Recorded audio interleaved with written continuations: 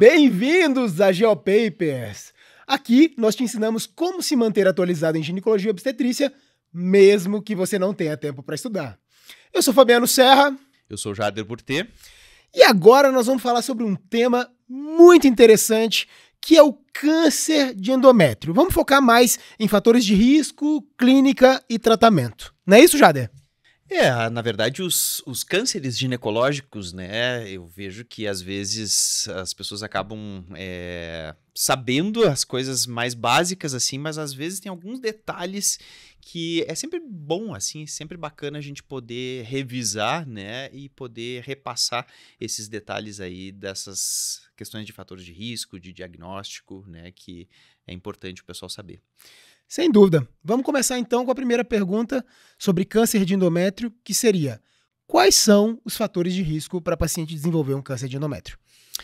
Então, o câncer de endométrio, ele é um câncer que é estrogênio dependente, né? A gente sabe que o principal tipo histológico de câncer de endométrio é o adenocarcinoma endometrioide e ele acaba se desenvolvendo aí pelo estímulo estrogênico, né? Então, aquelas pacientes que têm estímulo estrogênico constante, sem aquela oposição, né, conferida pela progesterona, são as pacientes de maior risco.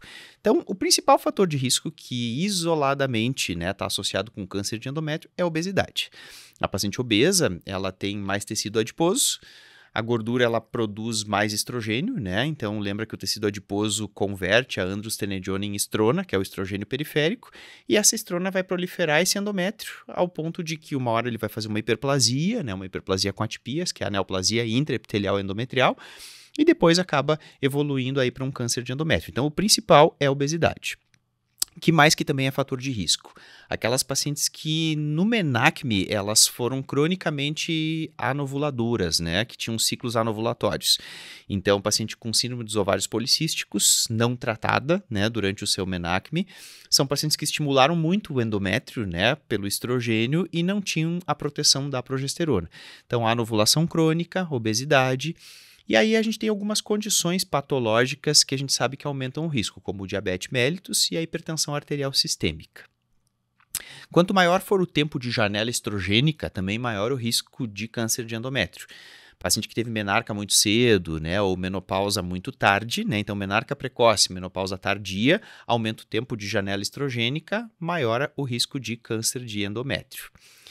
Outros fatores de risco que é importante a gente lembrar também é o uso de tamoxifeno, né? A paciente que teve câncer de mama e está usando tamoxifeno, ele é uma medicação que bloqueia a ação estrogênica na mama, mas no endométrio funciona como um agonista, né, do estrogênio. Então, realmente acaba tendo aí maior risco de câncer de endométrio. Logicamente, tem um benefício que é já bem estudado e bem respaldado para câncer de mama, né? Mas a gente sabe que existe esse ligeiro aumento. E tem também aqueles fatores de risco um pouquinho mais raros, né? Mas que não custa a gente lembrar, que é a síndrome de Lynch, né? Que tem associação aí com câncer coloretal.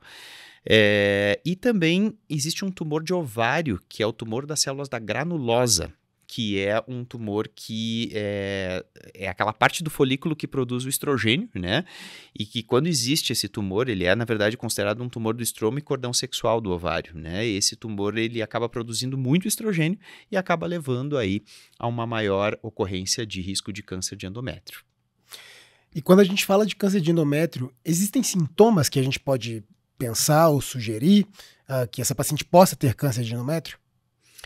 O câncer de endométrio, ele tem uma particularidade que é diferente de outros cânceres ginecológicos, né? É que ele dá sintoma muito precocemente.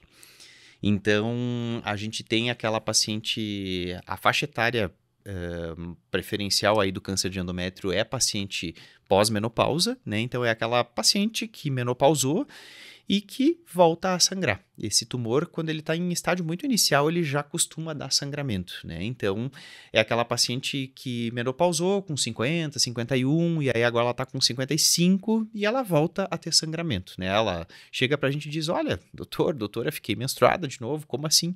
Eu já tinha tido a minha menopausa, né? E agora eu fiquei menstruada de novo. Então, é sangramento pós-menopausa. Lembrando que pela epidemiologia, a principal causa de sangramento pós-menopausa é atrofia, né? Mas toda paciente pós-menopausa que volta a ter sangramento, a gente tem que lembrar sempre de excluir a possibilidade de câncer de endométrio. E como é que a gente vai fazer essa exclusão? Como é que a gente faz o diagnóstico do câncer de endométrio? Então, o primeiro exame que se faz, né, que se pede para paciente com sangramento pós-menopausa é a ultrassom transvaginal. Então, a gente vai pedir um ultrassom transvaginal para a gente avaliar a espessura endometrial ou ecoendometrial, né? Que inclusive tem um pouquinho de divergência aí na literatura em relação a isso, que é o ponto de corte, né, considerado como normal para o ecoendometrial na pós-menopausa. A gente tem aí algumas diretrizes que falam em 5 milímetros, outras que falam em 4 milímetros, então existe essa discordância entre 4 e 5 milímetros, né? Eu sempre digo que a partir de 4 milímetros numa paciente que tem história de sangramento, realmente é indicação da gente investigar, da gente ter aí uma amostragem histológica aí desse endométrio. Então, primeiro a gente faz o ultrassom. O ecoendometrial está espessado, está acima de 4, 5 milímetros, a gente vai indicar o exame padrão ouro para fazer a avaliação da cavidade uterina e biópsia endometrial sob visualização direta, que é a esteroscopia, né? Então, se faz esteroscopia com biópsia de endométrio. Se a paciente tem um ecoendometrial normal, paciente pós-menopausa, sangrou, mas tem um ecoendometrial normal, 3 milímetros, né? Um endométrio bem baixinho, mas essa paciente tem fator de risco, por exemplo, ela é obesa, mesmo assim, então, se ela tem um fator de risco, mesmo tendo um ecoendometrial normal, se recomenda também fazer a esteroscopia. Então, a gente vai fazer a esteroscopia no ecoendometrial espessado e também naquela que tem ecoendometrial normal, mas que tem fator de risco. E uma vez feita a esteroscopia para esses casos, como eu faço o estadiamento do câncer de endométrio? Então, a gente vai fazer a esteroscopia, que é o exame padrão ouro, né? A gente olha ali, né, a cavidade, vê onde que está uma lesão suspeita, né? Então, se você encontra ali uma área irregular, né, uma área que a gente enxerga, a gente usa esse termo, né, na esteroscopia de aspecto cerebroide, né, que parece que tem, que é suspeito de câncer, a gente vai fazer a biópsia sob visualização direta e vai mandar para exame. Bom, se a histologia, né, deu que realmente é um adenocarcinoma endometrioide, que é o principal tipo histológico, aí então a gente vai estadiar essa paciente. O estadiamento do câncer de endométrio, ele tradicionalmente é um estadiamento cirúrgico, né, mas cada vez mais tem se visto aí a utilização de ressonância magnética nessas pacientes, porque a ressonância magnética ela consegue nos dizer a profundidade de invasão do miométrio, né? E aí a gente já consegue, pela profundidade de invasão do miométrio, já mais ou menos saber qual que é o estadiamento que essa paciente tem, né? Se é um estádio 1A, por exemplo, eu vou ter uma invasão de miométrio de menos de 50% da espessura, né, do miométrio. E se for um 1B, é aquele que invade 50% ou mais do miométrio.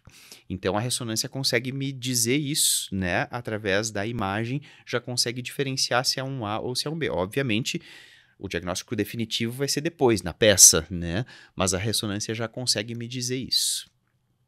Maravilha. E existe uma forma de diferenciar aqueles tumores de endométrio, aqueles cânceres de endométrio em baixo risco, risco intermediário ou até alto risco? Como é que a gente faz isso? Cada vez mais tem se falado nisso, né, em baixo risco, risco intermediário e alto risco. Isso é bem importante, assim, porque define o tipo de tratamento que vai ser feito e até a adjuvância depois, né? Então, o que a gente tem assim? Se eu tenho uma paciente que o tipo histológico deu realmente um adenocarcinoma endometrioide, né, que é o tipo mais comum, tem que olhar uma coisa que é muito importante em endométrio, que é o grau de diferenciação histológica. Então, assim, se eu tenho, por exemplo, um grau 1 ou 2, G1 ou G2, que a gente fala, né? Que é, na verdade, assim, o G1 é aquele tumor bem diferenciado, o G2 é o moderadamente diferenciado e o G3 é o indiferenciado, né? Se eu tenho, então, adenocarcinoma endometrioide, grau de diferenciação histológica 1 ou 2, que seria G1 ou G2, né? Sem invasão de espaços linfovasculares, aí então, se esse tumor ele invade até 50%, no máximo 50% aí do miométrio, que seria o estádio 1A, né? Eu tenho um tumor de baixo risco. Esse é considerado tumor de baixo risco. Esses tumores eu nem preciso fazer, né, linfadenectomia pélvica e também não vou precisar de adjuvância, né? Não precisa fazer braquiterapia, não vai ter muito benefício de fazer braquiterapia, né? Muito menos radioterapia externa, né? Agora, se eu tenho um tumor que é... Mas isso é definido pela congelação? Como é que vai ser isso? Ou tem que ser depois definitivo? Não, isso mesmo? depois. Definitivo Mesmo, né? Isso, no anátomo patológico definitivo. Tá bom. Mas se eu tenho um tumor que é um adenocarcinoma endometrioide, G1 ou G2, né, que seria o mesmo padrão, mas que invade mais de 50% do miométrio, aí eu já tenho um risco intermediário, né? Aí nos de risco intermediário já se discute aí a necessidade de adjuvância. É bem provável que essa paciente vai precisar pelo menos de uma braquiterapia, né, como tratamento adjuvante. E todo o restante vai ser considerado como de alto risco, que aí entra qualquer tumor G3 vai ser considerado como alto risco, né? Ou então se passou já do estádio 1B, né? Que seria já um estádio 2, quando invade o colo, né? O estroma, na verdade, né? Ali do colo do útero. Ou ainda se tem algum tipo de invasão de espaço linfovascular ou outro tipo histológico, por exemplo, se você pegar células claras, né, algum outro tipo histológico de câncer de endométrio, a gente já vai considerar aí como alto risco. Aí essas pacientes sim vão ter benefício de fazer braquiterapia e de fazer também radioterapia externa. Muito bom, mas tratamento vai ser um tópico de outro videocast, Jader. Acho que o pessoal que está assistindo e nos ouvindo aí deve ter gostado bastante. Eu aprendi muito, como sempre. A gente espera que vocês tenham gostado também. Vamos falar de tratamento no outro videocast. Não percam também que já tem esse conteúdo para vocês. Espero que vocês tenham gostado. A gente se vê num próximo videocast ou num próximo podcast. Até lá! Valeu, gente!